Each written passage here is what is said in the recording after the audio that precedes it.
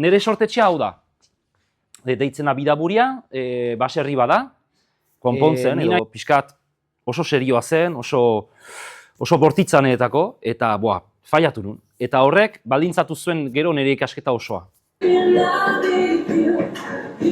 Bale, hor nago, jotzen danbor bat ere bai, eta gara talde bat, ez? Oso ez ezagun izatetik, oso ezagun izatera.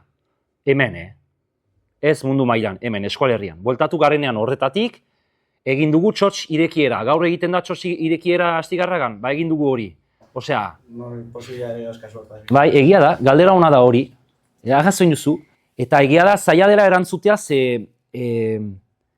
musika niretako da... ez da buruan, tripan da, bihotzean da. Eta beraz, ez du planteatzen beste hizkuntza batean komertzialago izateko.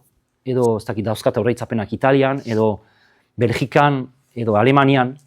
Euskaraz hitz egitea baloratzen dute pila bat, gu baino gehiago.